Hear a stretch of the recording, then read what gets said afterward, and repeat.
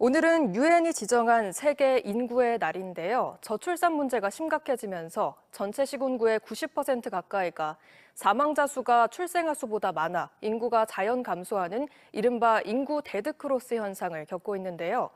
지자체들마다 지역 소멸을 막기 위한 저출산 대책을 쏟아내고 있는 가운데 얼마나 효과를 낼 수 있을지 주목됩니다. 이선학 기자가 보도합니다. 지난 2021년에서 2022년 사이 전국 228개 기초지자체 가운데 사망자 수가 출생아 수보다 많은 인구 데드크로스를 겪는 곳은 89%인 203곳에 달합니다.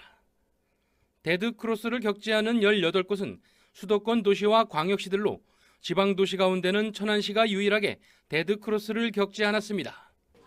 급격한 인구 감소 문제는 없지만 천안시도 인구 100만 도시를 만들기 위해 출산율을 높이기 위한 다양한 정책을 추진하고 있습니다. 올해만 1조 1,300억 원을 투입해 출산 장려금과 산후조리 비용, 아동 수당 등 명목으로 0세에서 7세까지 아동 1명당 4천여만 원을 지급합니다. 충남에서는 처음으로 4자녀 이상 가정에 행복 바우처도 지급하기로 했습니다. 초중고 입학생이 있으면 자녀 1명당 120만 원의 바우처를 받아 학원이나 서점, 학습용품 구입비로 사용할 수 있습니다.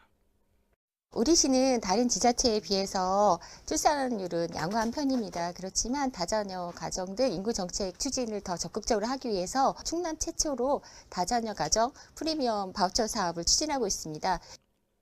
인근 아산시는 기존 출산 장려책 외에 다문화 가정을 위한 정책을 추진 중입니다. 전체 인구 35만 명 중 외국인 비율이 10%로 충남 15개 시군 가운데 가장 높다 보니 인구 감소를 막기 위해 다문화 가정에 대한 지원도 필요하다는 판단입니다.